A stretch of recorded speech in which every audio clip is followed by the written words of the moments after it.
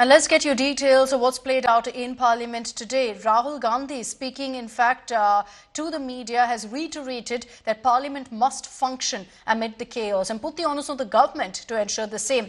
The leader of opposition requested the government to let Parliament function. He even met with Lok Sabha Speaker Om Birla, reiterating that the opposition wants the House to function.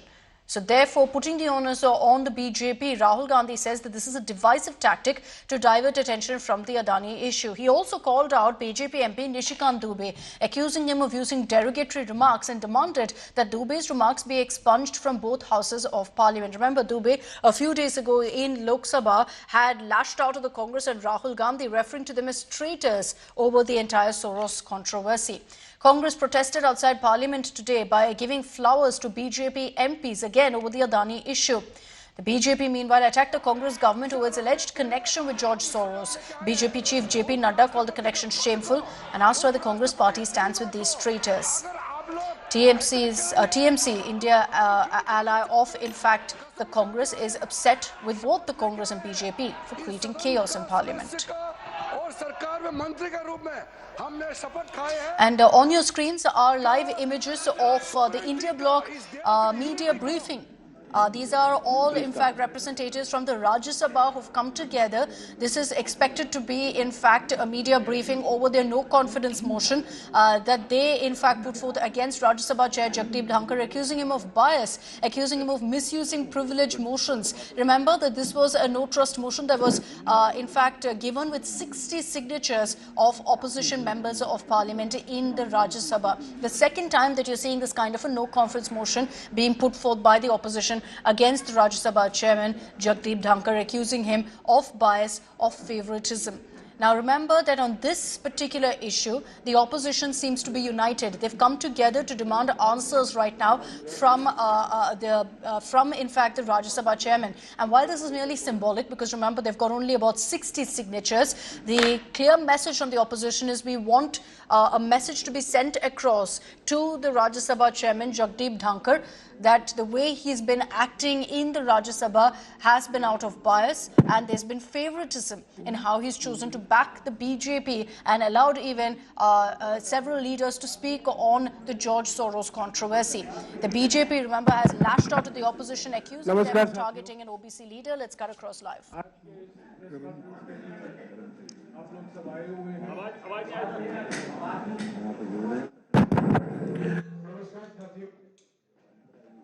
जैसा कि आप लोग सब जानते हैं,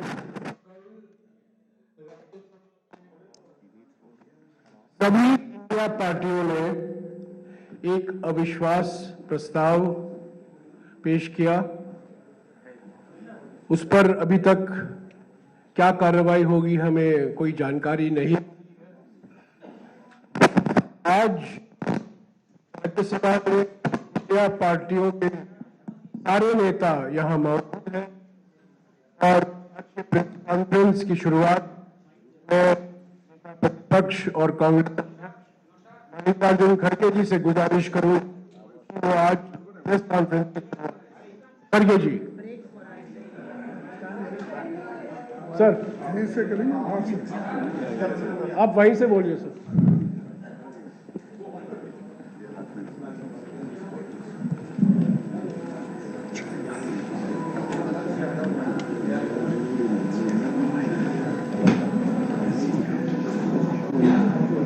मंच पर पधारे हुए सारे अपने अपोजिशन पार्टी के नेतागण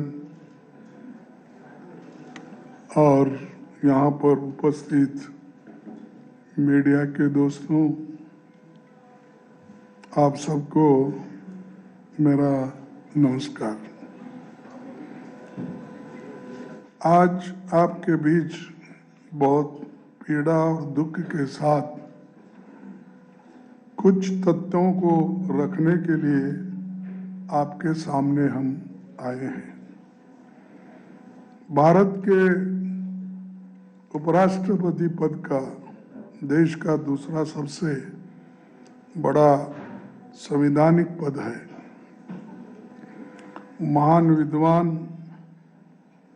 doctor Radhakrishnan, doctor Shankar Dayal Sharma ji,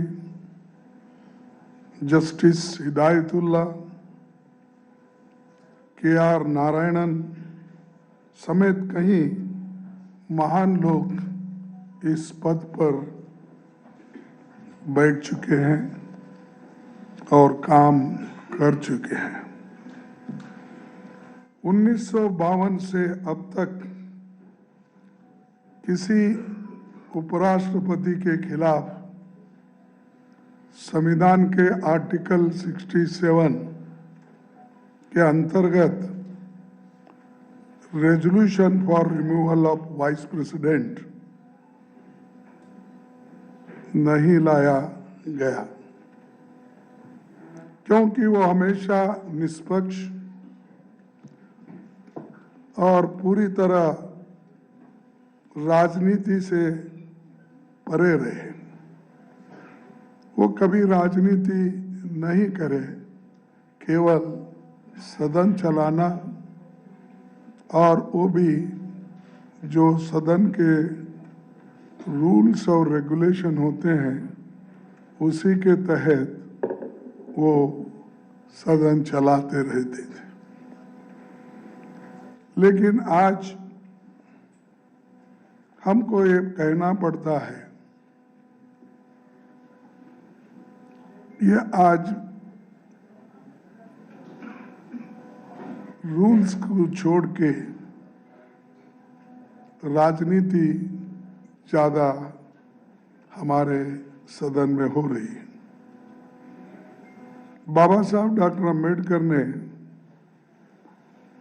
draft constitution में ये ऑफिसर्स ऑफ पार्लियामेंट खंड में पेज नंबर 31 पर साफ लिखा था कि the vice president of India shall be ex officio chairman of the council of states. Bharat के पहले उपराष्ट्रपति और राज्यसभा के सभापति डॉक्टर सर्वपल्ली राधाकृष्णन ने 16 मई 1952 को सांसदों से कहा था, मैं किसी भी पार्टी से नहीं हूं, और इसका मतलब है कि मैं सदन में हर पार्टी से जुड़ा हुआ हूं। यानी ये इम्पार्शियलिटी बताती है। वो उन्होंने कहा कि मैं किसी पार्टी का नहीं हूं और सदन में मैं हर पार्टी का आदमी हूं, ये उन्होंने कहा। लेकिन हमें अफसोस है कि संविधान के अडॉप्शन के 75वें साल में चेयरमैन की तरफ से हो रहे बायस्ड पार्टीजन व्यवहार विपक्षी पार्टियों को उनके खिलाफ ये प्रस्ताव लाने पर मजबूर किया।